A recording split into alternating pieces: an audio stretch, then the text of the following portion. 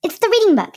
Today's episode of Reading Bug Adventures is sponsored by Scholastic and the second book in the Nat Enough series, Forget Me Nat, by Maria Scriven, and Workman Publishing and their beautiful new book, The ABCs of Black History, written by Pushcart Prize-nominated poet Rio Cortez and illustrated by Lauren Sommer.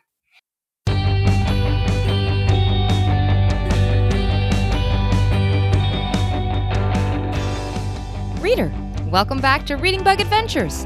This week, it's a bonus full-story episode of our Lighthouse adventure, a trip to the Boston Light Lighthouse in 1890. Reading Bug Adventures is written, performed, and produced by all of us at The Reading Bug, our family-owned independent bookstore.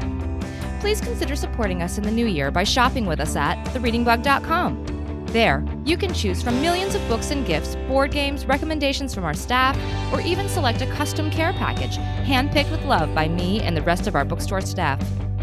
You can even choose books from your favorite Reading Bug Adventures episodes at thereadingbug.com/adventures. Or sign up every young reader on your shopping list for a perfectly personalized book subscription at readingbugbox.com. Books are selected and delivered each month to match the unique age, interest, and reading level of every subscriber, like only an independent bookstore like ours can do. A big thank you to Resonate Recordings, who does the sound mixing and mastering for every episode of Reading Bug Adventures, and to Zencastr, which we use for remote recording during these challenging times.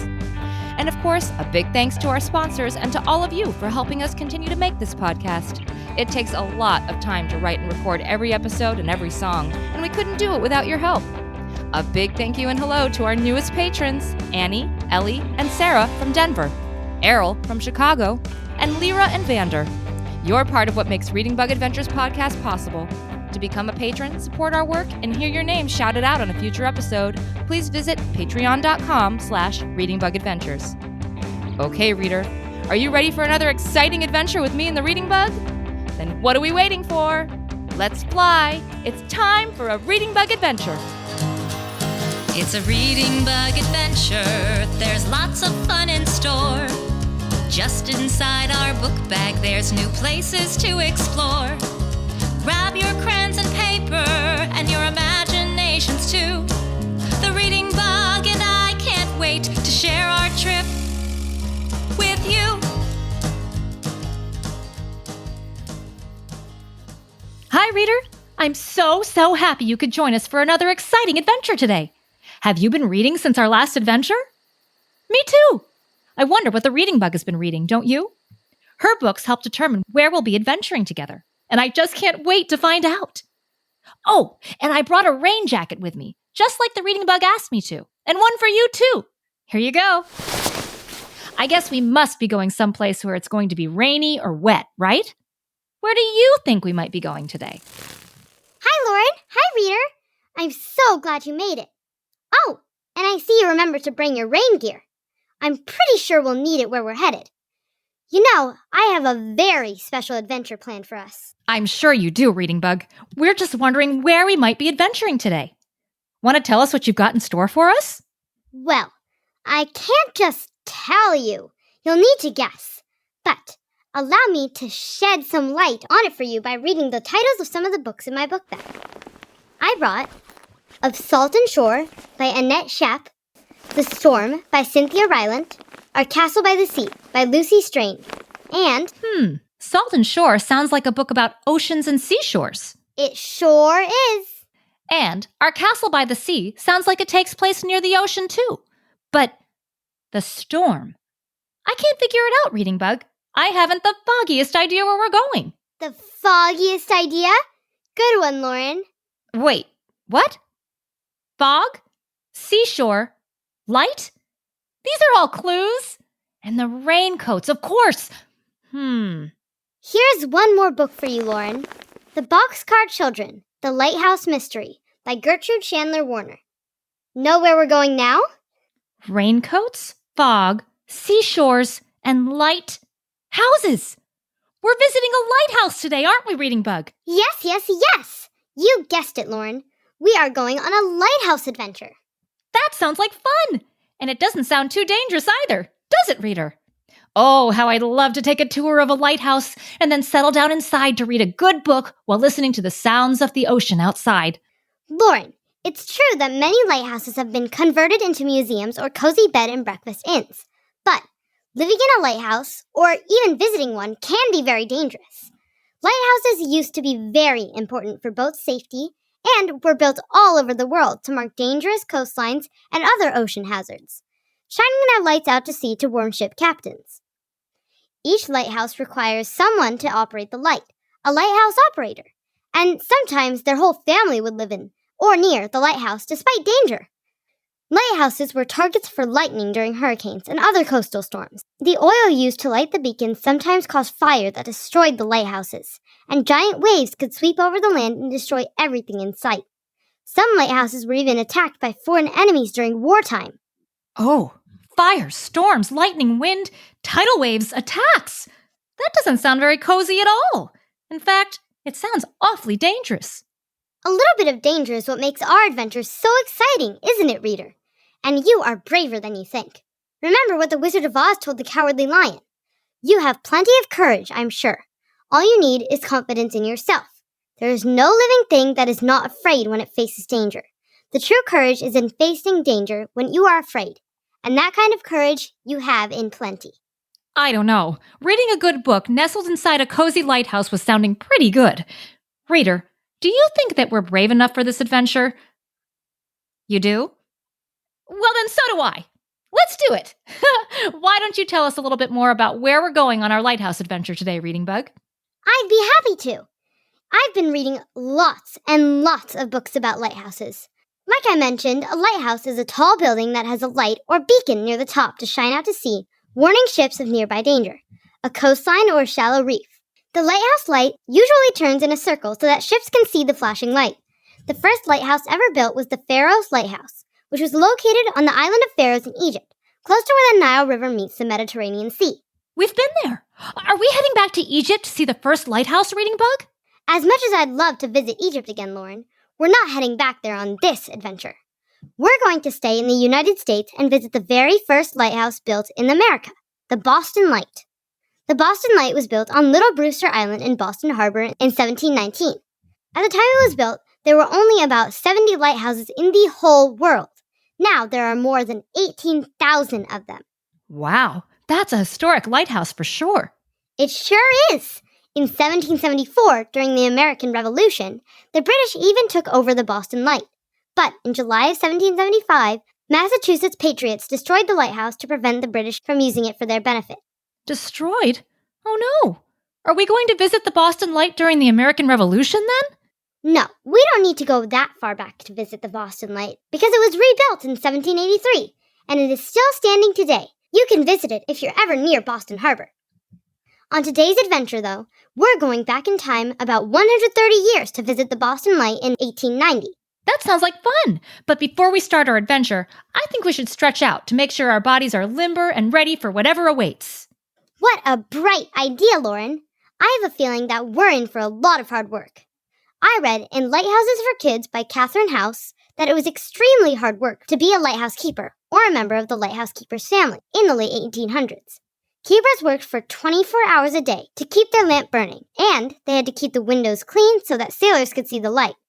They were also required to record every detail of every day in logbooks, and frequently had to rescue shipwrecked sailors or vessels in distress.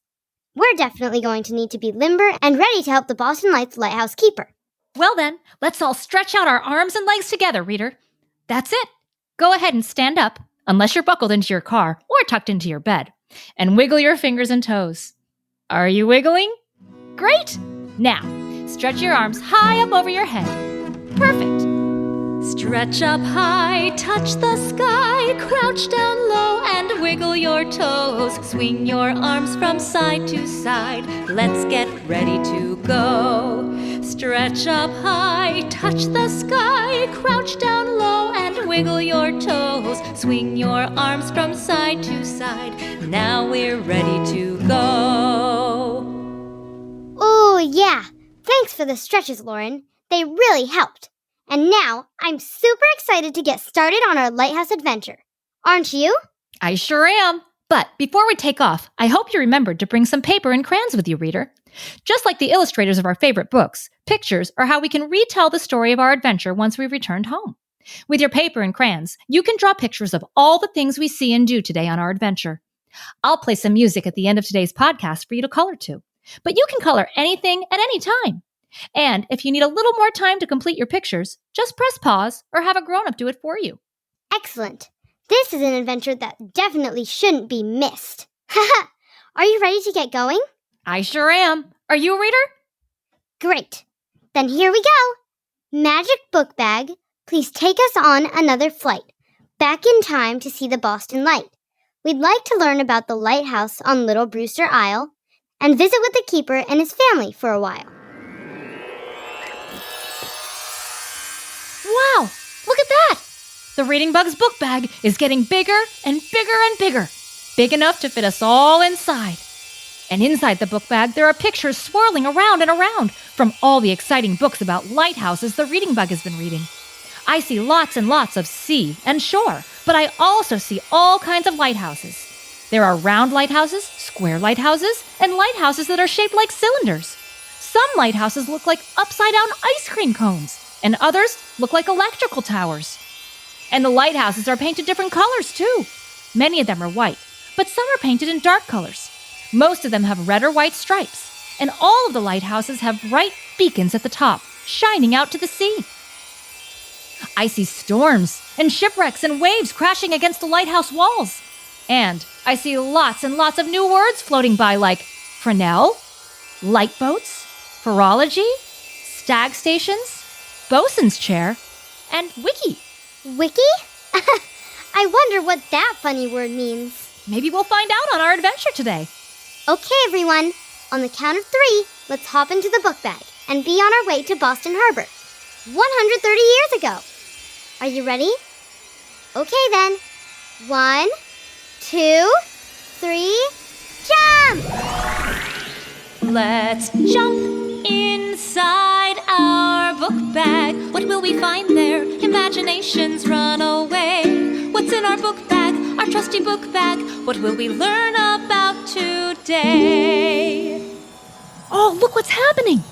Now that we're inside the Reading Bug's magic book bag, the lights are flashing and the pictures and words are circling all around us. Here we go.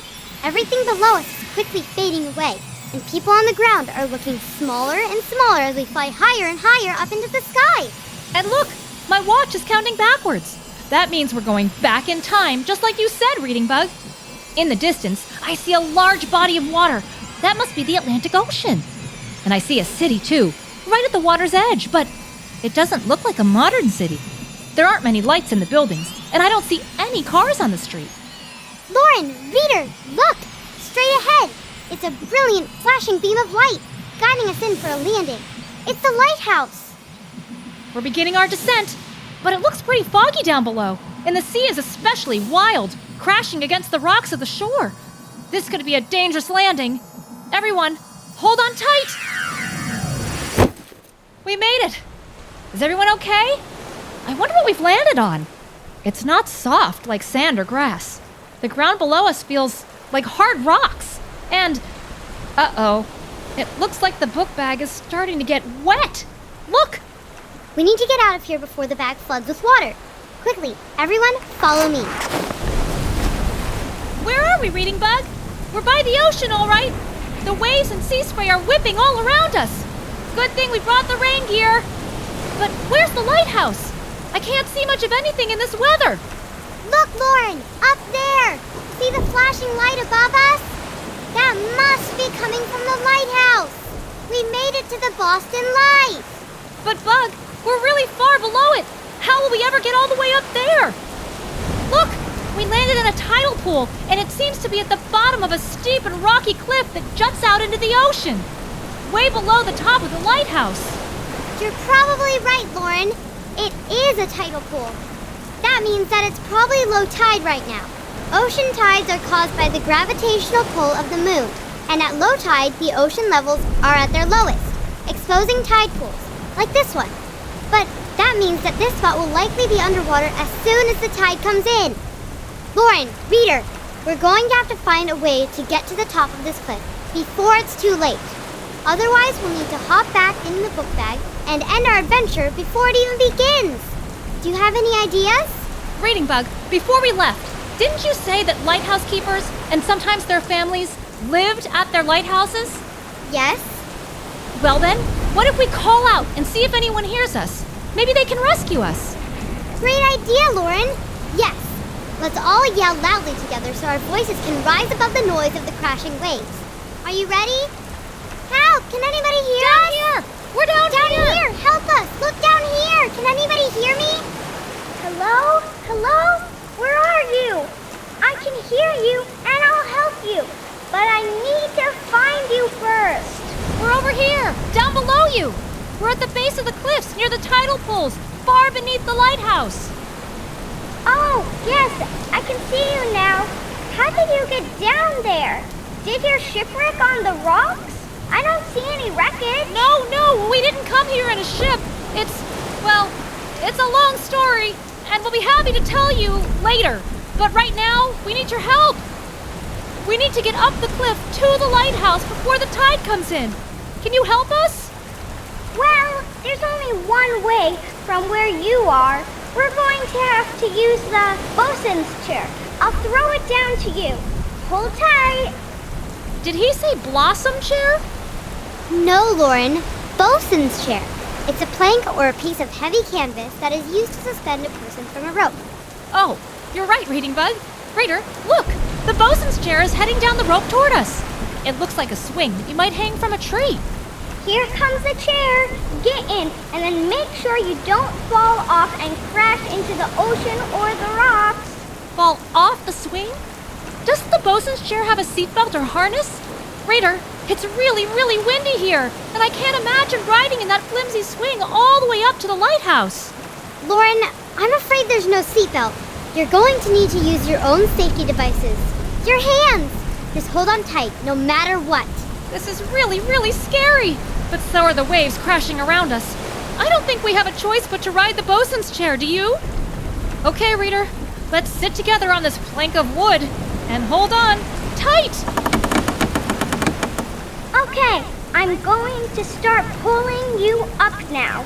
The chair's rope is on a pulley system, so I should be able to pull you up by myself. Did he say he'd pull us up himself? But he's just a little boy.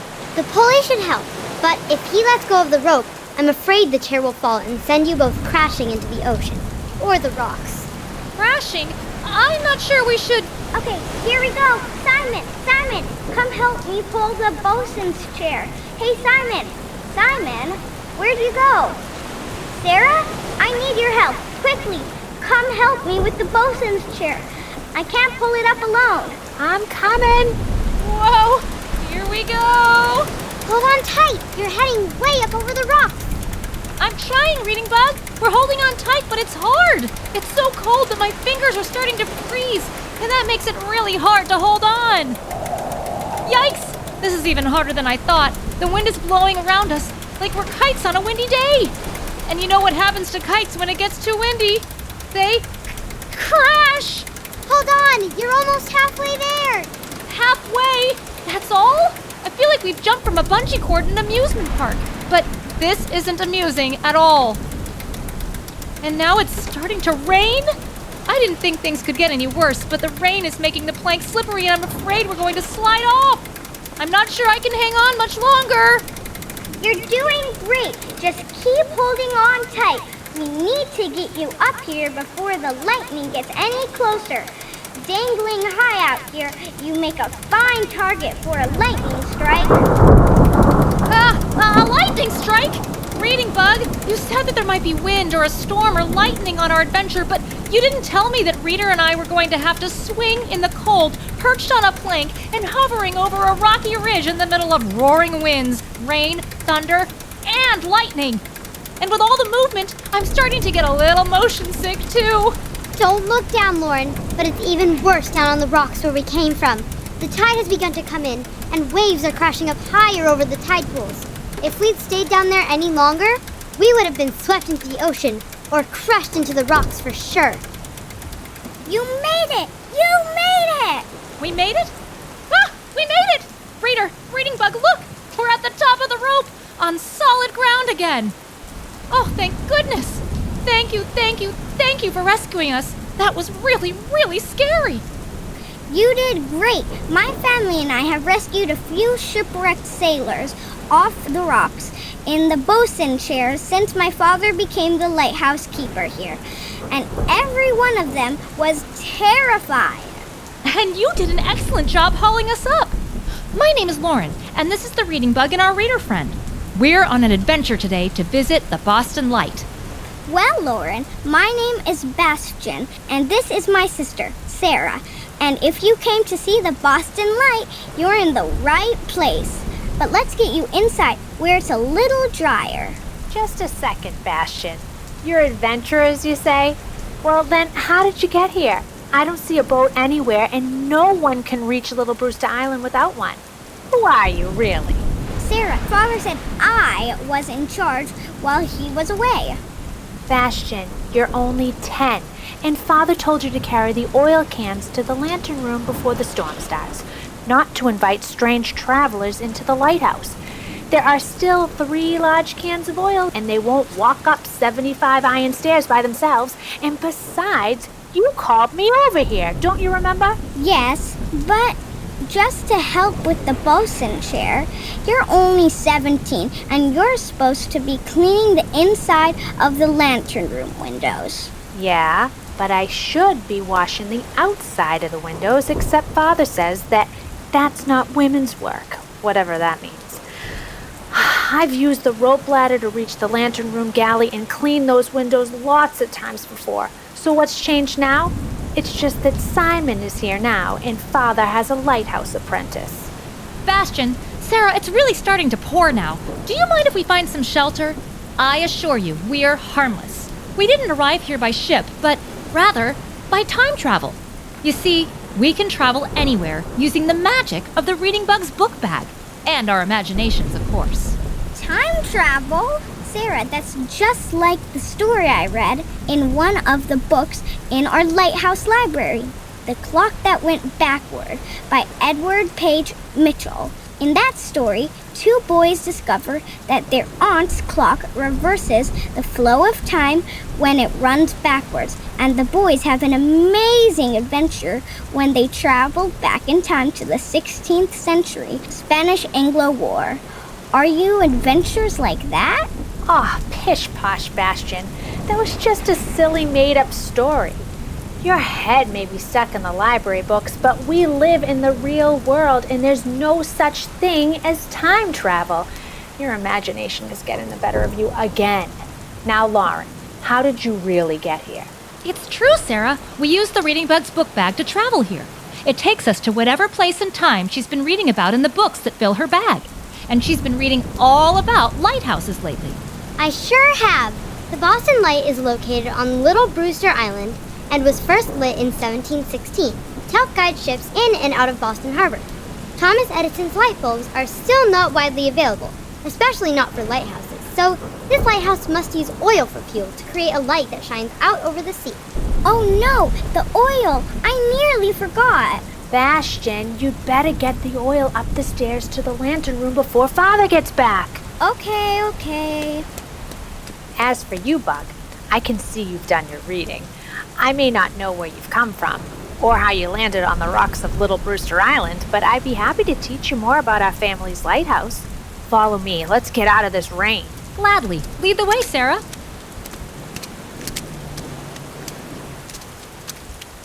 Here we are. Come on inside. The Boston Light is a cottage-style lighthouse, which means that our living quarters are built into the base of the lighthouse. See?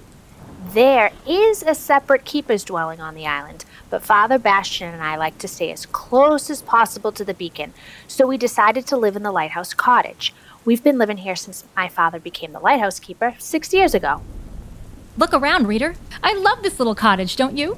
It's small, but filled with delicious kitchen smells, several cozy stuffed chairs, and a large round dining table. What a cozy little spot, especially on a rainy and gloomy day like today.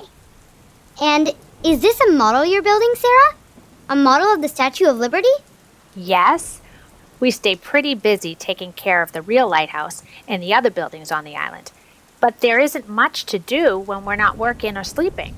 My father's hobby is building model lighthouses. Right now, he's working on the Statue of Liberty. But the Statue of Liberty isn't a lighthouse, is it? It used to be a lighthouse, Lauren. In fact, the Statue of Liberty was the first lighthouse in the United States to be lit with electricity.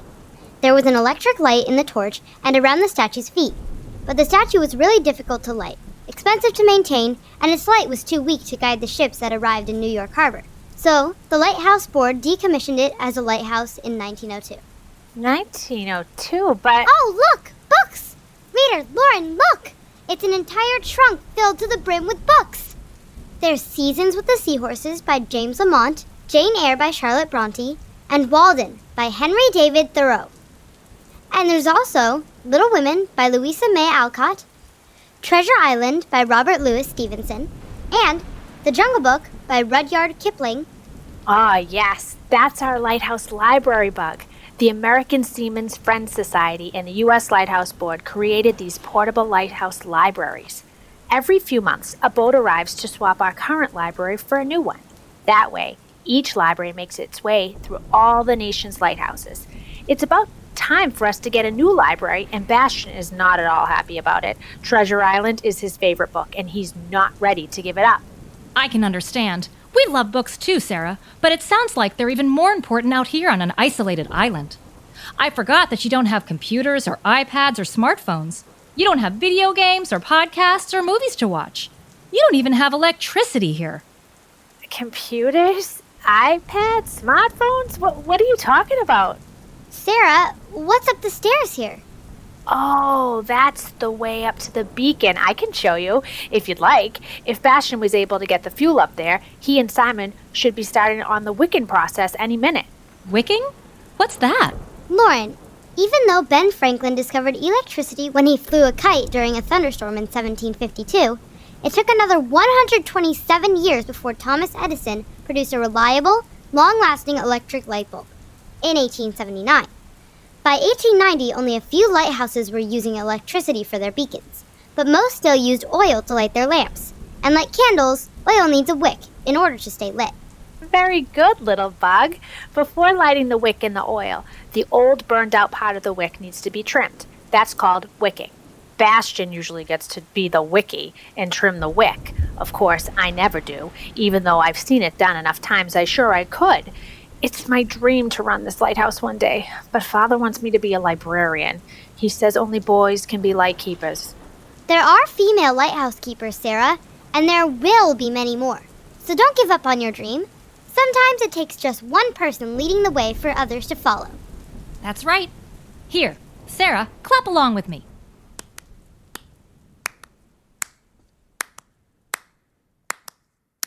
You can do great things nobody's done before. Be the keeper of dreams. Open up those doors. So keep on shining. Don't give up the fight. You'll lead the way. You'll provide the light. Yes, climb, climb, climb. Be a beacon of light. You're leading the way. Shining through the night. So climb, climb, climb to the tower's top. No time to mope. Hold on to that hope. You can do great things nobody's done before. Be the keeper of dreams. Open up those doors. So keep on shining. Don't give up the fight. You'll lead the way. You provide the light. Yes, climb, climb, climb. Be a beacon of light. You're leading the way. Shining through the night. So climb, climb, climb to the tower's top. No time to mope. Hold on to that hope. Hey, look out the window, Lauren. Is that a boat heading toward the island? It's a small boat. What's it doing out here in this choppy water? Let me see. Oh, I'd recognize that boat anywhere. It's my father's dinghy. And that's my father in the dark blue overcoat with the hat rowing the boat. I was beginning to worry he might not make it back before the storm. He's headed for a tiny harbor where he'll be able to moor the boat and walk right into the island. He should be here in no time. I wouldn't want to be anywhere near the ocean with waves like those. If the storm is going to be as bad as they say, the waves are bound to get much, much worse. And Father has lots of practice using his dinghy to get back and forth from the harbor to the island and rescuing shipwrecked sailors. He has to rescue ships that crash? Oh, yeah. That's one of the jobs of the lighthouse keeper. Of course, we hope the light keeps ships off the rocks, but sometimes visibility is so poor and the winds are so bad that ships crash anyway. And when they do, Father goes out to rescue the survivors, no matter who they are. It wouldn't matter if they were criminals, pirates, or escaped prisoners. Lighthouse keepers have a duty to rescue everyone in distress at sea, no matter who they are or where they come from. Sarah, the oil, it's gone! Gone? Bastion, no, did you look everywhere? Everywhere, yes. I've been searching ever since I left you. I'm certain I left it at the steps of the dock when I heard Lauren and her friends calling from the rocks. But when I returned, there was nothing there. But it can't have just disappeared. With the storm coming in, we won't be able to make it back to shore to get more. And without the fuel, we won't be able to keep the lamp lit for all the ships at sea. We have to find it. Lauren, Rita, Reading Bug, please help us look. If we can't find enough fuel to keep our lantern lit through the storm, many lives and my father's job as a lighthouse keeper will be in danger. Oh, no. Of course we'll help you look, Sarah. We're pretty good detectives, actually, aren't we, Reader? And this case should be an easy one to solve. We're on an island that no one can get to without a boat, and there's no one here except us. And Simon, remember, Father's apprentice. He's here too. Oh, right. And Maximus. Who? Maximus, our dog. I'm sure Maximus didn't take the oil, Bastion. He's just an old dog who loves to sleep. We also occasionally have visitors on Little Brewster Island, but I don't think I've seen anyone else here today. Well, the good news is that if someone else has taken the oil, we have a very small number of suspects. But why would anyone want to steal your lamp fuel? A very good question, Reading Bug. Reader, who do you think could have taken the oil for the lighthouse beacon, and why? While we all sharpen our sleuthing skills and think about this mystery, I'm going to pause our adventure for a brief message about today's sponsor. Don't go anywhere. The Reading Bug and I will be right back in just 1 minute. Today's episode of Reading Bug Adventures is sponsored by Scholastic and the second book in the Nat Enough series, Forget Me Nat, by Maria Scriven. Please support our sponsor and purchase Nat Enough and Forget Me Nat at thereadingbug.com or your local independent bookstore. Hey, Lauren. Hi, Reading Bug. What's wrong? You're not sounding like your usual chipper self. In fact, you sound sad. Well, I'm just not feeling like myself lately. I think I need a boost of confidence. Confidence? Reading Bug, you're always super confident. But if you need a boost, I have just the series for you. Nat Enough and Forget Me Nat are two fantastic books about Natalie, a creative girl with a huge imagination who sometimes struggles with her self-confidence. Reading always makes you feel better, and you love graphic novels, so I think this might be a really good fit. Lauren, those books are on my to-be-read list. Nat Enough is a New York Times bestseller written by cartoonist Maria Scriven. And the second book, Forget Me Nat, just released recently. And did you know that the series is semi-autobiographical? That means that the author pulled inspiration from her own childhood. Yes, the series combines a quirky, relatable humor with a heartfelt, positive message about being true to yourself. And I'm thrilled to recommend it to you and to all of our listeners. Thanks, Lauren. What a great idea. I'm going to read the Nat Enough books right now. If you want to read them too, you can purchase Nat Enough and Forget Me Nat by Maria Scriven at thereadingbug.com or your local independent bookstore. Thank you to Scholastic for their continued support. Oh, Reader, you're back. Great, because we've got some really important work to do together. That's right. We have a mystery to solve. The mystery of the missing lighthouse oil. Our friends, Sarah and Bastion, live here on Little Brewster Island in the Boston Harbor with their father, who's a lighthouse keeper for the Boston Light Lighthouse. But somehow, the oil that fuels the lighthouse beacon has gone missing. And there's a bad storm rolling into the harbor as we speak. If the lighthouse beacon runs out of oil, all the nearby ships will be in danger. That's right. Our lighthouse shines brightly over the waters when it's dark and stormy to warn ships of the nearby rocks. If they can't see our beacon, their ships may come too close to shore and crash in the shallow waters and cliffs. We simply have to find the fuel. And our father will be back any minute. He's just docking his small boat. He'll be furious if he finds out the oil's gone. We're going to need to do some detective work to help solve this mystery, reader. We're on a remote island, so there aren't many suspects. In fact, the only people on this island are us. And my father's apprentice, Simon. He was up cleaning the outside of the lighthouse windows and preparing for the storm when the fuel went missing, though. And we were all together, being hauled up the cliff in your bosun's chair. Bastian, are you sure someone took the fuel? I don't see how anyone could be a suspect, or what anyone's motive could possibly be. Do you think maybe you might have misplaced it, or remembered incorrectly? I don't think so. I retraced all my steps. Maybe you already brought it up the stairs and you forgot? I don't think I would have forgotten that. Carrying those heavy cans up the lighthouse stairs is really, really tough. Well, since you haven't checked upstairs yet, maybe that's where we should all begin our search. Besides, we'll need to check how much fuel is left and how long it will last. Follow me. It's a pretty long way up to the top. The lighthouse is about 75 feet tall, so it can be seen by ships from far away. I'm used to this staircase, but it comes as quite a shock to visitors. Because the oil has already been lit, it would be far too hot and bright for any of us to be in the lantern room, so we'll head to the room right underneath it. Keepers call this room the watch room, or the service room. It's where we usually keep extra fuel and other supplies. It's also where Father and Simon prepare the lanterns for the night, and where Father keeps watch during a storm, or when the fog has rolled in. It's also the room where we find the clockwork that makes the lighthouse beacon rotate. Rotate? Oh yes, Lauren. The lighthouse beacon spins around and around. For ships at sea, that makes it look like it's flashing, so that it catches their attention.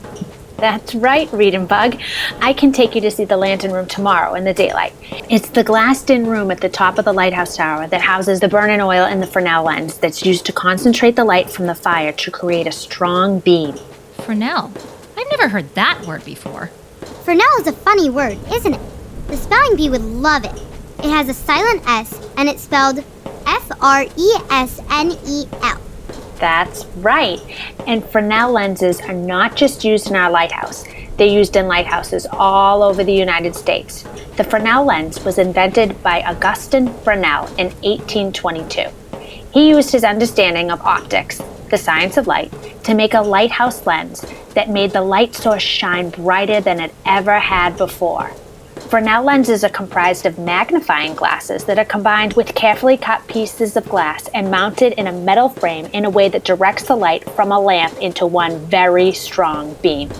You sure know a lot about lighthouse lights, Sarah. I've done quite a lot of reading, and I ask my father a lot of questions. She sure does. Our lighthouse's Fresnel is a second-order lens. Fresnel lenses are ranked by order.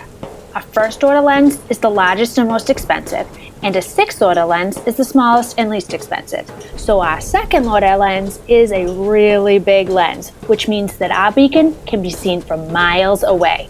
It also means that it's really expensive, so we have to take really good care of it. Lauren, if you want to look at a modern-day Fresnel lens, just take a look at the headlights on an automobile. Most headlights use Fresnel lenses made out of plastic to concentrate the lights so that the headlights can be seen from far away, even in the fog. Headlights on an automobile? I've heard rumors that someone has invented a gasoline-powered vehicle called an automobile in Europe, but I didn't know that they had Fresnel lenses on them.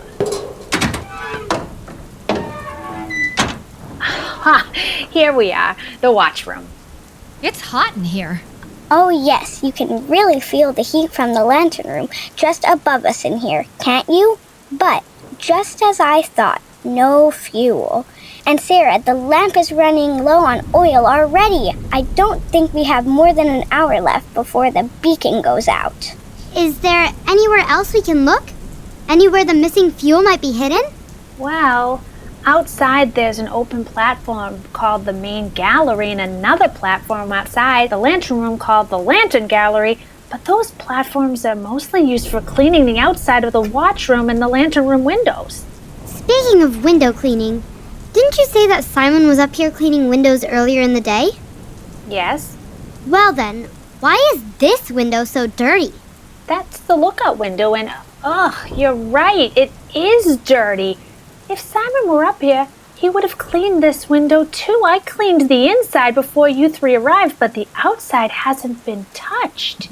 So Simon wasn't cleaning the lighthouse windows when the fuel went missing. Certainly doesn't appear that way.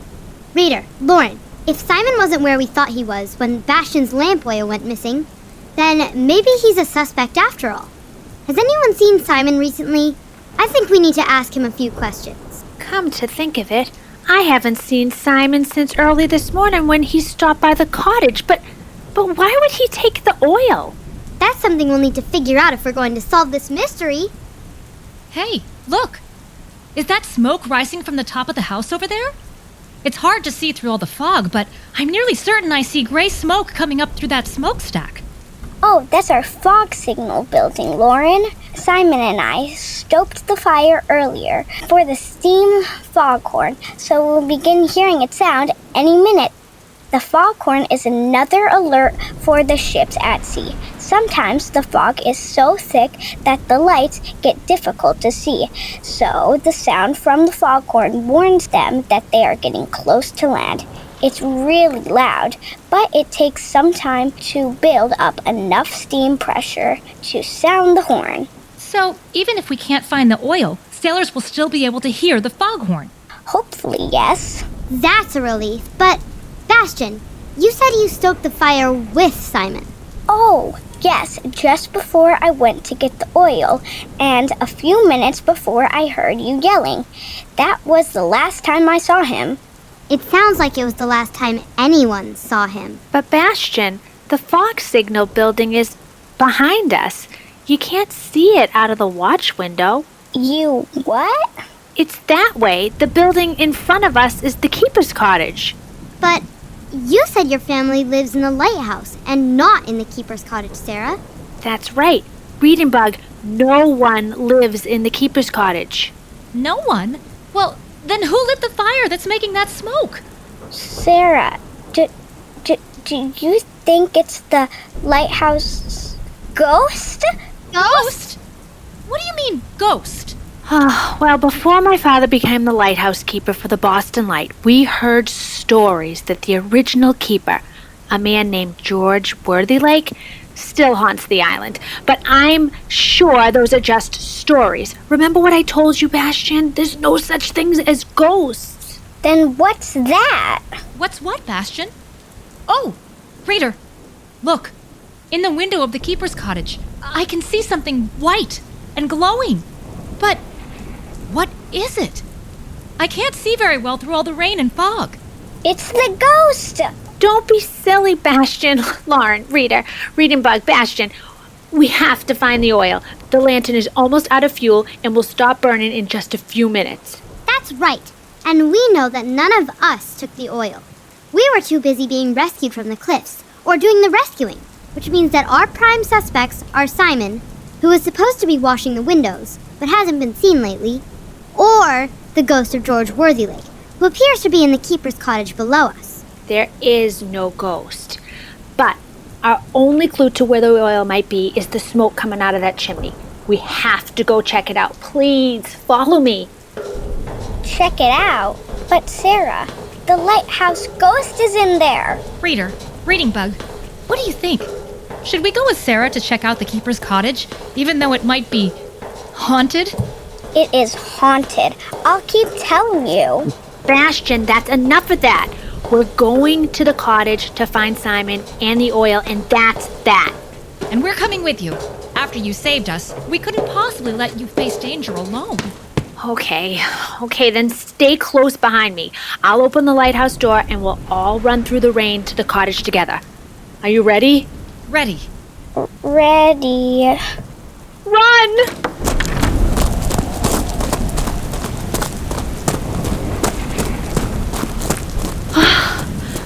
We made it.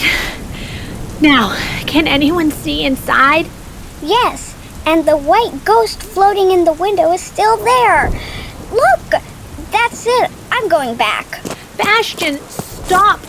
Come back. Sarah, I think he's right. Look, there's something white and bright floating in that window. Reader, can you see it? It's got a roundish shape, and it's swaying gently back and forth. I think we should follow Bastion back to the lighthouse. No, look. That's not a ghost at all. Look carefully. Someone hung a white cloth over a lantern. It's swaying because the door is slightly open and the wind from the storm is blowing it to and fro. Oh, yes, I see it. Just a lantern. Whew, that's a relief. But was someone trying to make it look like a ghost? I don't know, but look just past the lantern. It's the missing oil. Come on. We're running out of time. We need to get it and bring it back up to the lighthouse light. Come with me, please. I'm going to need your help to carry it.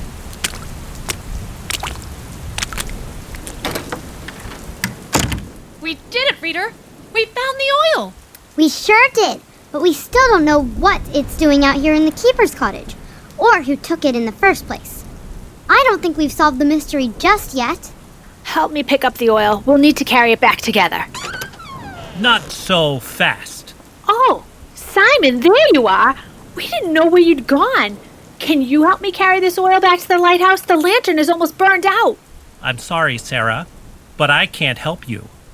You're not going anywhere. Not going anywhere? What do you mean? I mean, I took the oil in the first place and hid it in here. Then I lit the fireplace and hung the lantern in the window to trick you into coming here alone. And now, I'm going to lock you inside while I make my escape. The only one going anywhere tonight is me. And your bug friend. Me? Yes, you. I had to hastily throw together this plan. But, Bug, don't you see? It was all about you. What do you mean it was all about the reading bug? We've never even met you. You may not know me, but I know you. As soon as I saw you come up the bosun's chair and heard this little bug talking, I knew exactly who you were.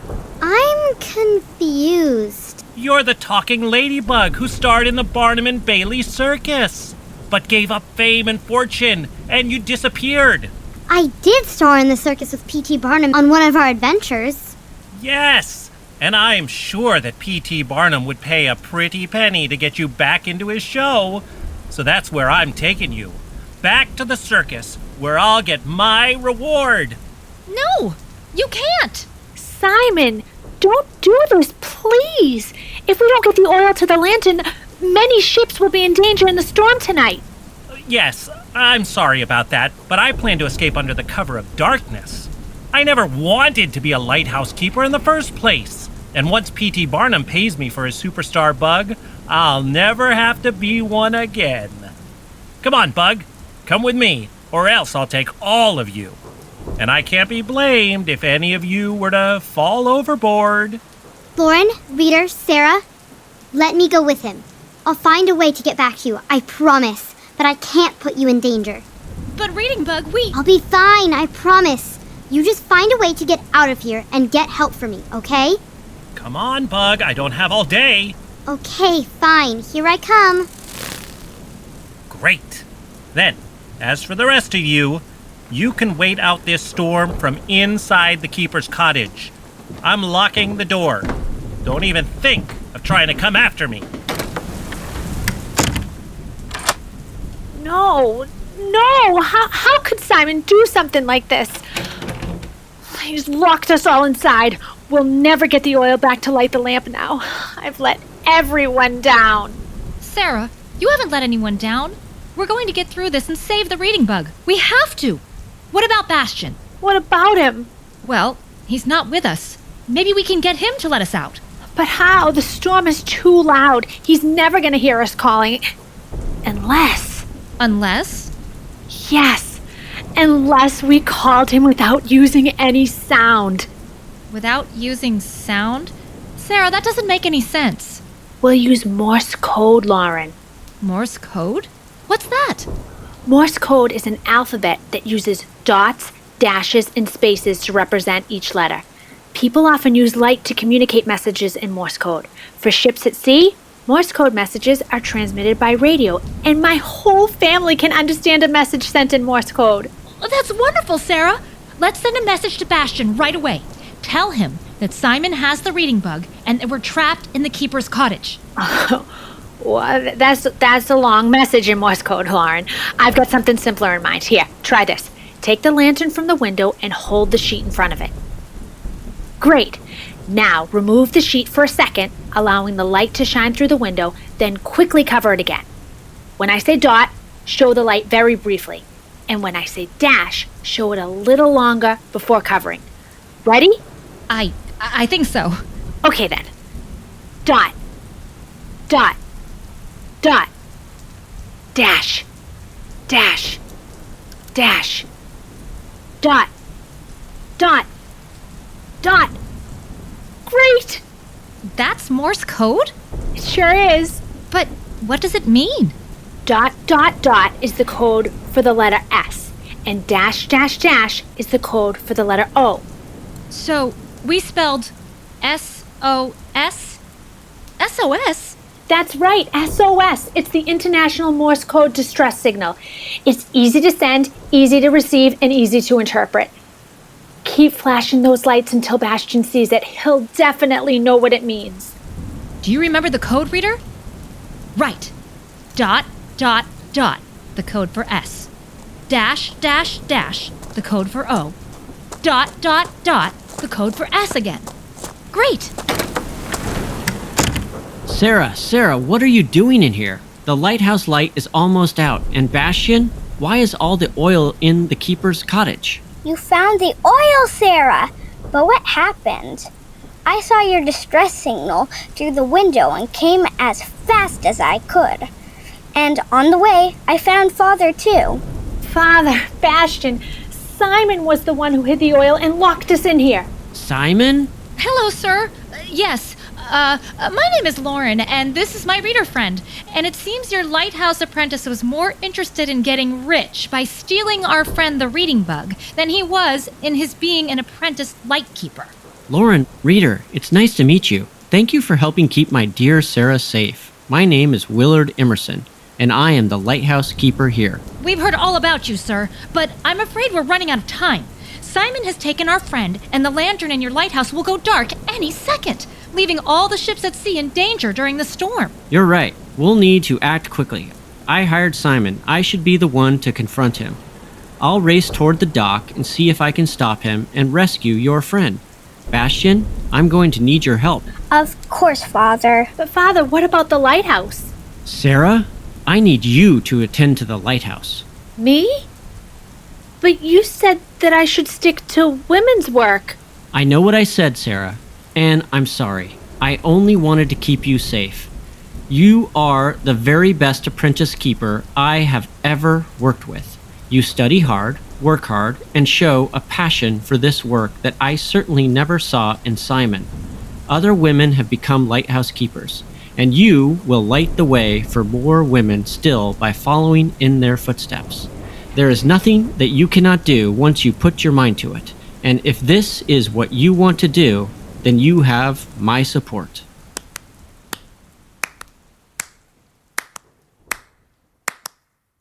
You can do great things nobody's done before. Be the keeper of dreams. Open up those doors. So keep on shining. Don't give up the fight. You'll lead the way. You'll provide the light. Yes, climb, climb, climb. Be a beacon of light.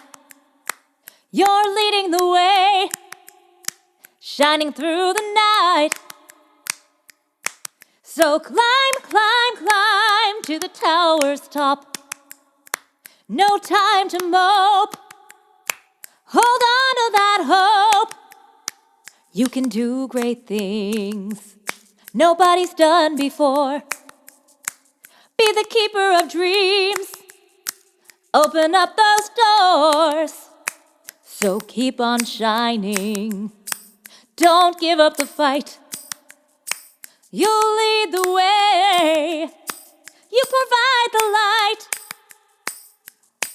Yes, climb, climb, climb. Be a beacon of light. You're leading the way, shining through the night. So climb, climb, climb to the tower's top. No time to mope. Hold on to that hope. Now, quickly, go! I won't let you down, Father. Lauren, Reader, help me get this oil to the lighthouse and up the stairs. Hurry! Oh no, look! The light is already dimming. We have to hurry. After we get the oil upstairs and into the oil well for the lantern, I'll need to log everything that's happened today into our lighthouse logbook. Since I'm the apprentice now, what a tale that will be! That should take me several hours to log, but with the storm, I won't be sleeping much anyway. I'll need to keep a watch on the beacon, wind the clockwork to get the light spinning, check on the foghorn. Oh my! Sarah, you'll be brilliant in your new role as Lighthouse Apprentice. A shining light. Here we are! Lauren, Reader, set your oil down there in the corner. We'll be using it later on tonight. I'll need to carefully pour mine into this hole, which leads into the reservoir that lights the lantern. Oh, my hands are shaking. I've seen Father and Bastian and Simon do this so many times, but I've never actually done it myself. You've got this, Sarah. We believe in you. Don't we, Reader? There you go. You're doing it. Great work. And look, it's working already. The light is getting brighter and brighter, shining out into the stormy night to warn all the nearby ships. Sarah, you've saved the day. All the work you've done to study and learn to be a lighthouse keeper's apprentice really paid off when you had the chance to do the job. Well, I couldn't have done it without all your help. Or the reading bugs. I sure hope she's okay. She is! We got her back from Simon just before he was able to sail away with her on his boat. Thanks for the daring rescue. Hey, Lauren, Reader, Sarah. Looks like you've got this lighthouse working well again. Great job! It's a good thing we found Simon when we did. I don't think he or the reading bug here would have made it to shore with those storm waves crashing the way they are. But where is Simon? We locked him in the keeper's cottage. Just until the storm passes and the authorities can come on shore to sort out this mess. Sarah, you and your friends have done an expert job in here. You'll make a terrific apprentice. I only wish I'd made you an apprentice sooner. Well, Father, I still have a lot of work to do tonight, taking care of the lantern through the storm. But you're right, I am an excellent apprentice. Say, Lauren, Reader, Reading Bug, would you like to stay to watch how I operate the lighthouse through tonight's storm? Oh, Sarah, we'd love to join you, but now that we've helped you solve the mystery of the missing oil, we need to head back to our family and friends. I understand. Of course. Thank you for all your help and encouragement. Of course! And good luck in your new Lightkeeper apprenticeship. Goodbye, Lauren. Goodbye, Reader. Goodbye, Reading Bug. Please visit again. You're welcome back anytime. Goodbye. Thank you. Now, everybody, it's time to be on our way. On my count, 3 jumps, then into the book bag with me. 1 jump, 2 jumps, 3 jumps, and we're in! We've had a big adventure within our book bag, and I think we saved the day. We'll see you next time. Goodbye, book bag. Now it's time to fly away. We're zipping out across the ocean and back into the future. Reader, look! That was a real scare, but thankfully we were able to find the oil and keep the lighthouse's beacon lit through the storm. And how exciting that Sarah was able to become her father's apprentice. You know, history is full of female lightkeepers. I wonder if maybe some of them followed Sarah's example. I'm sure they did. Remember, when you do something no one has done before, you set an example for others to follow. A beacon for other ships. Exactly right, Reading Bug. What an amazing adventure! I learned so much! Thank you, Reading Bug. Of course! If you want to learn more about lighthouses, you can read any of the books in my book bag. A complete list can be found at thereadingbug.com/adventures. Thanks for all your help today, reader. We couldn't have done it without you. Hey, we're back! You're right. We're back home after a long day and after having successfully solved a mystery. Great work, everybody.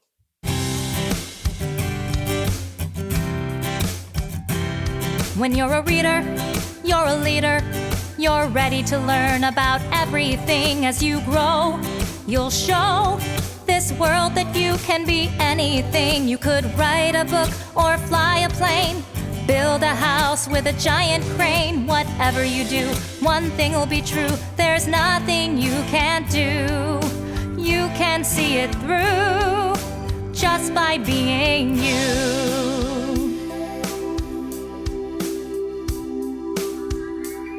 'Cause you're a reader, you're a leader. You're ready to learn about everything as you grow. You'll show this world that you can be anything. You could sing your way into a Broadway show. Don't let anyone tell you no. Whatever you do, one thing will be true. There's nothing you can't do. You can make your dreams come true just by being you.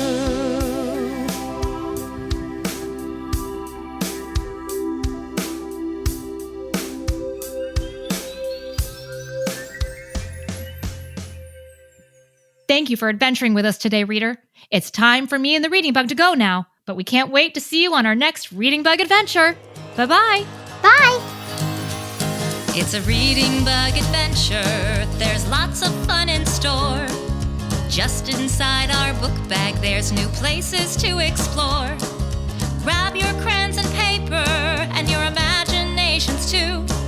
The Reading Bug and I can't wait to share our trip with you. Today's episode of Reading Bug Adventures is sponsored by Workman Publishing and their new book, The ABCs of Black History. This rhyming nonfiction book is beautifully illustrated by Lauren Semmer and written by Pushcart Prize-nominated poet Rio Cortez. It's a really, really special book, Lauren. It teaches the ABCs, of course, so it's great for even the littlest readers. And it is full of detailed information about the people, places, and events mentioned in the text. So it's great for big readers too. I agree, Reading Bug, and I'm thrilled to recommend it to our listeners. It would make a great gift for someone special on your nice list. It sure would. The rhyming text is beautifully poetic, and the illustrations are vibrant, exciting, and fun. It's a joy to read, and it's full of some really important history that everyone should learn more about. This is the first alphabet picture book dedicated to the subject. It's a story of big ideas, hope, and love. It sure is, and I definitely recommend it. You can purchase The ABCs of Black History by Rio Cortez at thereadingbug.com or your local independent bookstore. Thanks to Workman Publishing for their support. And thanks to all of our individual sponsors as well. If you're interested in becoming a patron, please visit our page at patreon.com. Thank you for listening to Reading Bug Adventures. I'm Lauren Savage, and today's adventure was an original story written by Diane and Brandon Savage. This episode was performed by me, Chloe, and Brandon Savage, and by Julie Beckham, Declan Pauly, and Ryan Pauly. Original music was written and performed by me. Sound mixing and mastery is by Resonate Recordings. The Reading Bug is our family-owned independent bookstore in California, and we're passionate about educating, entertaining, and engaging children of all ages. Learn more about us at thereadingbug.com and our personalized subscription service at readingbugbox.com. Thank you.